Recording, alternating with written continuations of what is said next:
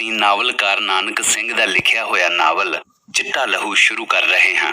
ਇਸ ਨਾਵਲ ਦੇ ਪ੍ਰਕਾਸ਼ਕ ਹਨ ਲੋਕ ਸਾਹਿਤ ਪ੍ਰਕਾਸ਼ਨ ਅੰਮ੍ਰਿਤਸਰ। ਆਓ ਸੁਣਦੇ ਹਾਂ ਇਸ ਦਾ ਪਹਿਲਾ ਭਾਗ, ਅਧੂਰਾ ਕਾਂਡ। ਸੰਤਰੀ, ਇਸ ਬਦਮਾਸ਼ ਨੂੰ ਖੜਾ ਰੱਖ ਇਸੇ ਤਰ੍ਹਾਂ, ਕਹਿ ਕੇ ਬਾਬੂ ਹੋਰ ਲੋਕਾਂ ਦੀਆਂ ਟਿਕਟਾਂ ਵੇਖਣ ਲੱਗ ਪਿਆ। ਸ਼ਾਮ ਦੇ 7 ਵਜੇ ਦਾ ਵੇਲਾ ਸੀ।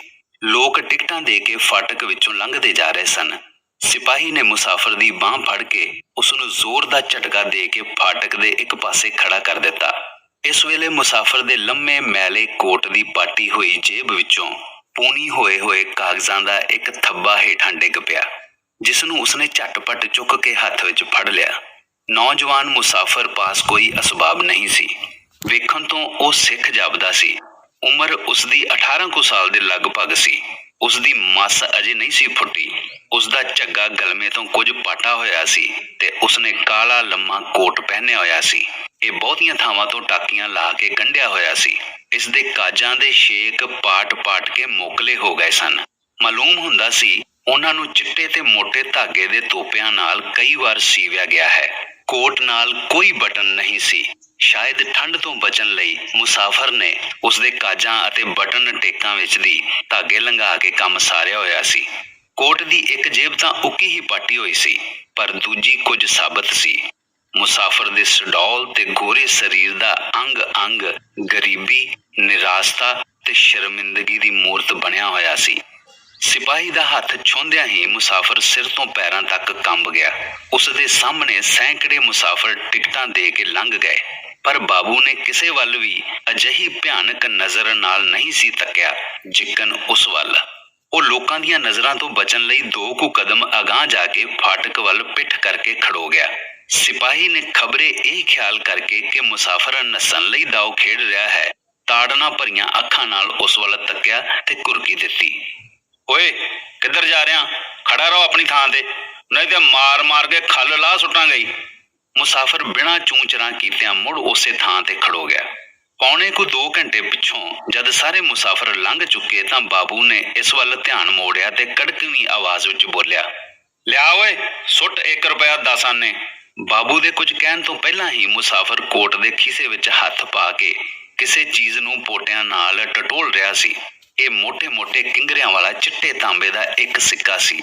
ਇਸ ਵੇਲੇ ਉਸਦੀ ਹਾਲਤ ਇੱਕ ਅਜਿਹੇ ਆਦਮੀ ਵਰਗੀ ਸੀ ਜਿਹਦੀ ਤਰੇ ਨਾਲ ਜਾਨ ਨਿਕਲ ਰਹੀ ਹੋਵੇ ਤੇ ਉਸਦੇ ਸਾਹਮਣੇ ਪਾਣੀ ਦੀ ਨਿੱਕੀ ਜਿਹੀ ਕੌਲੀ ਪਈ ਹੋਵੇ, ਪਰ ਉਹ ਵੀ ਖਾਰੇ ਪਾਣੀ ਦੀ।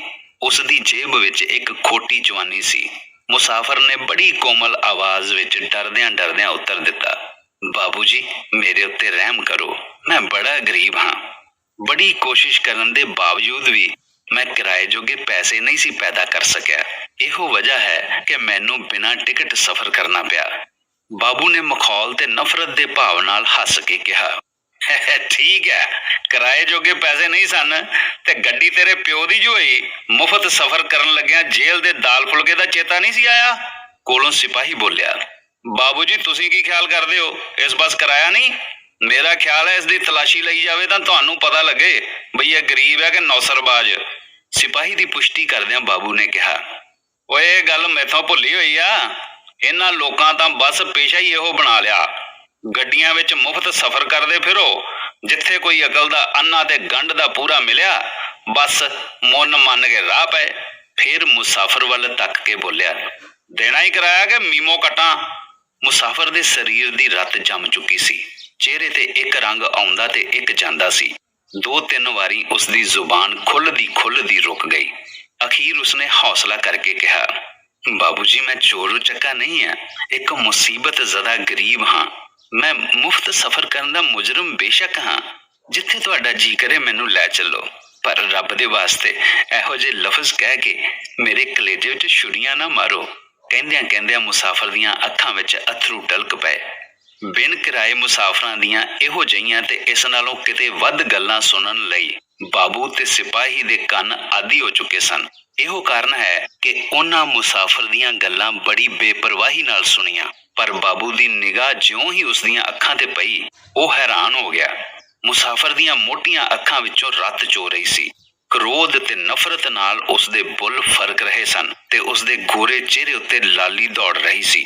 ਸਿਪਾਹੀ ਸ਼ਾਇਦ ਦਿਲ ਦਾ ਵਧੇਰੇ ਕਰੜਾ ਸੀ, ਜਿਸ ਕਰਕੇ ਉਸਨੇ ਇਸ ਵੱਲ ਕੋਈ ਧਿਆਨ ਨਾ ਦਿੱਤਾ। ਪਰ ਬਾਬੂ ਨੂੰ ਇਸ ਦੁਖੀ ਦੇ 4 ਸ਼ਬਦਾਂ ਨੇ ਤੜਫਾ ਦਿੱਤਾ। ਉਹ ਪਛਤਾਉਣ ਲੱਗਾ ਕਿ ਉਸਨੇ ਕਿਉਂ ਇੱਕ ਦੁਖਿਆਰੇ ਦੇ ਦਿਲ ਤੇ ਠੋਕਰ ਲਾਈ। ਉਹ ਕਿੰਨਾ ਹੀ ਚਿਰ ਨੀਝ ਲਾਈ ਮੁਸਾਫਰ ਦੀਆਂ ਅੱਖਾਂ ਵੱਲ ਤੱਕਦਾ ਰਿਹਾ। ਇਹ ਅੱਖਾਂ ਉਸਦੇ ਮਨ ਉੱਤੇ ਅਣਸਮਝਿਆ ਜਿਹਾ ਅਸਰ ਕਰ ਰਹੀਆਂ ਸਨ।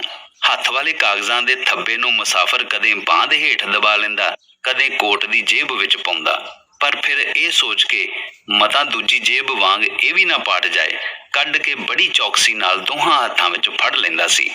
ਬਾਬੂ ਨੇ ਉਸ ਮੁਸਾਫਰ ਨੂੰ ਕਿਹਾ, ਮੇਰੇ ਨਾਲ ਆ। ਇਹ ਕਹਿ ਕੇ ਤੇ ਆਪਣੇ ਕੰਮ ਦਾ ਚਾਰਜ ਇੱਕ ਹੋਰ ਬਾਬੂ ਨੂੰ ਦੇ ਕੇ ਉਹ ਸਟੇਸ਼ਨ ਤੋਂ ਬਾਹਰ ਵੱਲ ਤੁਰ ਪਿਆ। ਸ਼ਾਇਦ ਉਸਦੀ ਡਿਊਟੀ ਖਤਮ ਹੋ ਚੁੱਕੀ ਸੀ। ਉਸਦੇ ਪਿੱਛੇ ਪਿੱਛੇ ਮੁਸਾਫਰ ਵੀ ਤੁਰਿਆ ਗਿਆ। ਮੁਸਾਫਰ ਨੂੰ ਹੁਣ ਇਸ ਗੱਲ ਦੀ ਕੋਈ ਚਿੰਤਾ ਨਹੀਂ ਸੀ ਕਿ ਬਾਬੂ ਉਸਨੂੰ ਸਟੇਸ਼ਨ ਮਾਸਟਰ ਪਾਸ ਲੈ ਜਾਵੇਗਾ ਜਾਂ ਪੁਲਿਸ ਅਫਸਰ ਪਾਸ। ਪਰ ਉਹ ਹੈਰਾਨ ਰਹਿ ਗਿਆ ਜਦ ਉਸਨੇ ਡਿੱਠਾ ਕਿ ਬਾਬੂ ਬਾਹਰ ਜਾ ਕੇ ਇੱਕ ਗਰਾਊਂਡ ਵਿੱਚ ਹਰੇ ਹਰੇ ਘਾਹ ਉੱਤੇ ਬੈਠ ਗਿਆ। ਉਸਨੇ ਮੁਸਾਫਰ ਨੂੰ ਵੀ ਬੈਠਣ ਦਾ ਇਸ਼ਾਰਾ ਕੀਤਾ। ਬਾਬੂ ਨੇ ਇੱਕ ਵਾਰੀ ਫਿਰ ਨਜ਼ਰ ਭਰ ਕੇ ਮੁਸਾਫਰ ਵੱਲ ਤੱਕਿਆ ਤੇ ਪੁੱਛਿਆ, ਤੂੰ ਆ ਕਿੱਥੋਂ ਰਿਹਾ? ਜੀ ਲਾਹੌਰੋਂ। ਘਰ ਕਿੱਥੇ ਹੀ? ਇੱਥੇ ਹੀ ਹੈ ਜੀ, ਅੰਮ੍ਰਿਤਸਰ ਵਿੱਚ। ਬੜੀ ਹੈਰਾਨੀ ਦੀ ਗੱਲ ਹੈ, ਅੰਮ੍ਰਿਤਸਰ ਵਿੱਚ ਤੇਰਾ ਘਰ ਹੋਵੇ ਤੇ ਖੀਸੇ ਤੇਰੇ ਵਿੱਚ 10 ਆਨਿਆਂ ਦੇ ਪੈਸੇ ਵੀ ਨਾ ਆਉਣ। ਤੂੰ ਕੰਮ ਕੀ ਕਰਦਾ? ਮੁਸਾਫਰ ਨੂੰ ਇਸ ਗੱਲ ਦਾ ਉੱਤਰ ਦੇਣ ਲਈ ਸ਼ਾਇਦ ਡਾਢੀ ਔਕੜਾ ਬਣੀ। ਉਹ ਕੁਝ ਚਿਰ ਸੋਚਦਾ ਰਿਹਾ ਤੇ ਫਿਰ ਬੋਲਿਆ, ਜੀ ਕੁਝ ਨਹੀਂ। ਬਾਬੂ ਨੇ ਹੈਰਾਨੀ ਨਾਲ ਪੁੱਛਿਆ, ਕੁਝ ਨਹੀਂ ਤੇ ਖਾਂਦਾ ਕਿੱਥੋਂ ਆ? ਇਸ ਦੇ ਨਾਲ ਹੀ ਬਾਬੂ ਨੇ ਇੱਕ ਵਾਰੀ ਮੁੜ ਛੱਕੀ ਨਜ਼ਰ ਨਾਲ ਉਸ ਵੱਲ ਤੱਕਿਆ, ਪਰ ਉੱਥੇ ਛੱਕ ਦੀ ਕੋਈ ਥਾਂ ਹੀ ਨਹੀਂ ਸੀ। ਕੇਵਲ ਮੁਸਾਫਰ ਦੀਆਂ ਅੱਖਾਂ ਵਿੱਚ ਕੋਈ ਗੁੱਝੀ ਜਿਹੀ ਖਿੱਚ ਸੀ, ਜਿਹੜੀ ਬਾਬੂ ਦੇ ਧਿਆਨ ਨੂੰ ਅਣਸੋਚੇ ਹੀ ਖਿੱਚ ਰਹੀ ਸੀ। ਉਸਦੇ ਸੁੱਤੇ ਹੋਏ ਜਜ਼ਬਿਆਂ ਵਿੱਚ ਮਾੜੀ ਮਾੜੀ ਹਰਕਤ ਪੈਦਾ ਕਰਦੀ ਜਾ ਰਹੀ ਸੀ। ਮੁਸਾਫਰ ਬੋਲਿਆ, ਜੀ ਕੀ ਦੱਸਾਂ, ਕਿੱਥੋਂ ਖਾਂਦਾ ਹਾਂ। ਅਸਲ ਵਿੱਚ ਬਾਬੂ ਜੀ, ਮੌਤ ਬੜੀ ਬੁਰੀ ਚੀਜ਼ ਏ। ਮਰਨ ਤੋਂ ਆਦਮੀ ਕਿੰਨਾ ਡਰਦਾ ਹੈ। ਖਾਸ ਕਰਕੇ ਮੇਰੇ ਵਰਗੇ ਆਦਮੀਆਂ ਨੂੰ ਰੱਬ ਨੇ ਕਿੰਨੇ ਢੀਠ ਤੇ ਬੇਗੈਰਤ ਬਣਾਇਆ ਹੈ। ਸਭ ਕੁਝ ਤਬਾਹ ਹੋ ਜਾਣ ਤੇ ਵੀ, ਬੇਇੱਜ਼ਤੀਆਂ ਤੇ ਜ਼ੁਲਮਾਂ ਦਾ ਸ਼ਿਕਾਰ ਹੋਣ ਤੇ ਵੀ ਜਿਉਣਾ ਚਾਹੁੰਦਾ ਹਾਂ। ਲਾਹਨਤ ਹੈ ਮੈਨੂੰ ਤੇ ਮੇਰੇ ਜਿਉਣ ਨੂੰ। ਕਹਿੰਦਿਆਂ ਕਹਿੰਦਿਆਂ ਮੁਸਾਫਰ ਦਾ ਗਲਾ ਭਰ ਆਇਆ। ਉਸਦੀਆਂ ਛੇਕੜਲੀਆਂ 1-2 ਗੱਲਾਂ ਬਾਬੂ ਦੇ ਦਿਲ ਤੇ ਹੋਰ ਡੂੰਘਾ ਅਸਰ ਕਰ ਗਈਆਂ। ਉਸਨੇ ਮੁਸਾਫਰ ਨੂੰ ਦਿਲਾਸਾ ਦਿੰਦਿਆਂ ਹੋਇਆਂ ਕਿਹਾ, ਸਰਦਾਰਾ ਹੌਸਲਾ ਕਰ। ਮੈਨੂੰ ਮਾਲੂਮ ਹੁੰਦਾ ਹੈ ਤੂੰ ਕਿਸੇ ਭਾਰੀ ਮੁਸੀਬਤ ਵਿੱਚ ਘਿਰਿਆ ਹੋਇਆ ਹੈ। ਮੈਥੋਂ ਜਿੰਨਾ ਕੁ ਹੋ ਸਕੇਗਾ ਤੇਰੀ ਮਦਦ ਕਰਨ ਦੀ ਕੋਸ਼ਿਸ਼ ਕਰਾਂਗਾ। ਮੁਸਾਫਰ ਕਿਸੇ ਡੂੰਘੀ ਸੋਚ ਵਿੱਚ ਲੀਨ ਸੀ। ਬਾਬੂ ਦੀ ਗੱਲ ਵੱਲ ਧਿਆਨ ਕੀਤੇ ਬਿਨਾਂ ਹੀ ਇੱਕ ਠੰਡਾ ਸਾਹ ਭਰ ਕੇ ਬੋਲਿਆ, ਜਨਾਬ, ਇਹ ਮੇਰੇ ਹੱਕ ਵਿੱਚ ਚੰਗਾ ਨਹੀਂ ਹੋਇਆ। ਤੁਹਾਨੂੰ ਚਾਹੀਦਾ ਸੀ ਕਿ ਮੈਨੂੰ ਪੁਲਿਸ ਦੇ ਹਵਾਲੇ ਕਰ ਦਿੰਦੇ। ਸੰਧਿਆ ਤੋਂ ਪਹਿਲਾਂ ਮੈਂ ਆਪਣੇ ਆਪ ਨੂੰ ਹਵਾਲਾਤ ਦੀ ਕੋਠੜੀ ਵਿੱਚ ਵੇਖਦਾ। ਇਹੋ ਮੇਰੇ ਹੱਕ ਵਿੱਚ ਚੰਗਾ ਹੁੰਦਾ। ਬਾਬੂ ਨੇ ਉਸਦੀਆਂ ਗੱਲਾਂ ਦਾ ਮਤਲਬ ਸਮਝਣ ਲਈ ਇੱਕ ਵਾਰੀ ਫਿਰ ਉਸਦੇ ਮੂੰਹ ਵੱਲ ਤੱਕਿਆ। 1 ਮਿੰਟ ਲਈ ਉਸਦੇ ਦਿਲ ਵਿੱਚ ਖਿਆਲ ਆਇਆ ਕਿ ਮੁਸਾਫਰ ਸ਼ਾਇਦ ਪਾਗਲ ਹੈ, ਇਸਦਾ ਦਿਮਾਗ ਫਿਰ ਗਿਆ ਹੈ। ਉਸਨੇ ਫਿਰ ਪੁੱਛਿਆ, ਓਏ ਇਹ ਤੇਰੇ ਹੱਕ ਵਿੱਚ ਚੰਗਾ ਹੁੰਦਾ, ਇਸਦਾ ਕੀ ਮਤਲਬ ਹੋਇਆ? ਮੁਸਾਫਰ ਨੇ ਹੱਥ ਵਾਲੇ ਕਾਗਜ਼ਾਂ ਦੇ ਥੱਬੇ ਵੱਲ ਤੱਕ ਕੇ ਕਿਹਾ, ਮੇਰੇ ਨਾਵਲ ਦਾ ਅਧੂਰਾ ਕਾਂਡ ਪੂਰਾ ਹੋ ਜਾਂਦਾ। ਬਾਬੂ ਨੇ ਪੁੱਛਿਆ, ਬਈ ਇਸ ਗੱਲ ਦਾ ਮਤਲਬ ਖੋਲ ਕੇ ਦੱਸ ਜ਼ਰਾ, ਮੇਰੀ ਸਮਝ ਵਿੱਚ ਕੁਝ ਨਹੀਂ ਆਇਆ। ਮੁਸਾਫਰ ਬੋਲਿਆ, ਜਨਾਬ, ਮੈਂ ਇਸੇ ਸ਼ਹਿਰ ਵਿੱਚ ਭਗਤਾਂ ਵਾਲੇ ਦਰਵਾਜ਼ੇ ਦੇ ਅੰਦਰ ਇੱਕ ਟੁੱਟੀ ਫੁੱਟੀ ਕੋਠੜੀ 'ਚ ਰਹਿੰਦਾ ਹਾਂ, ਜਿਸ ਦਾ ਕਿਰਾਇਆ ਭਾਵੇਂ ਕੁੱਲ 8 ਆਨੇ ਮਹੀਨਾ ਹੈ, ਪਰ ਮੇਰੇ ਭਾਣੇ ਇਹ 8 ਰੁਪਏ ਨੇ। ਮੈਂ ਇੱਕ ਅਦਨਾ ਜਿਹਾ ਲੇਖਕ ਹਾਂ। ਪਹਿਲਾਂ ਤੋਂ ਮੇਰਾ ਇਹ ਪੇਸ਼ਾ ਨਹੀਂ ਸੀ। ਥੋੜੇ ਚਿਰ ਤੋਂ ਹੀ ਮੈਨੂੰ ਸਾਹਿਤ ਲਿਖਣ ਦਾ ਸ਼ੌਕ ਲੱਗਾ ਹੈ। ਇਸ ਤੋਂ ਪਹਿਲਾਂ ਵੀ ਮੈਂ ਕੁਝ ਕਿਤਾਬਾਂ ਲਿਖ ਕੇ ਪ੍ਰਕਾਸ਼ਕਾਂ ਨੂੰ ਦੇ ਚੁੱਕਾ ਹਾਂ ਤੇ ਉਹ ਛਪ ਵੀ ਚੁੱਕੀਆਂ ਨੇ। ਇਸ ਤੋਂ ਛੁੱਟ ਕਈ ਰਸਾਲਿਆਂ ਵਿੱਚ ਮੇਰੀਆਂ ਲਿਖੀਆਂ ਹੋਈਆਂ ਸੰਖੇਪ ਕਹਾਣੀਆਂ ਛਪਦੀਆਂ ਰਹਿੰਦੀਆਂ ਨੇ। ਭਾਵੇਂ ਲੋਕਾਂ ਨੇ ਉਹਨਾਂ ਨੂੰ ਕਾਫੀ ਸਲਾਹਿਆ ਹੈ, ਪਰ ਮੈਂ ਸੁੱਕੀ ਸ਼ਲਾਘਾ ਨੂੰ ਕੀ ਕਰਾਂ, ਜਦ ਕਿ ਕਿਸੇ ਵੱਲੋਂ ਵੀ ਮੇਰੀ ਤਲੀ ਤੇ 4 ਠੀਕਰਿਆਂ ਤੋਂ ਵੱਧ ਕੁਝ ਨਹੀਂ ਰੱਖਿਆ ਗਿਆ, ਜਿਹੜਾ ਕਿ ਮੇਰੀਆਂ ਲੋੜਾਂ ਤੋਂ ਬਹੁਤ ਘੱਟ ਹੁੰਦਾ ਹੈ।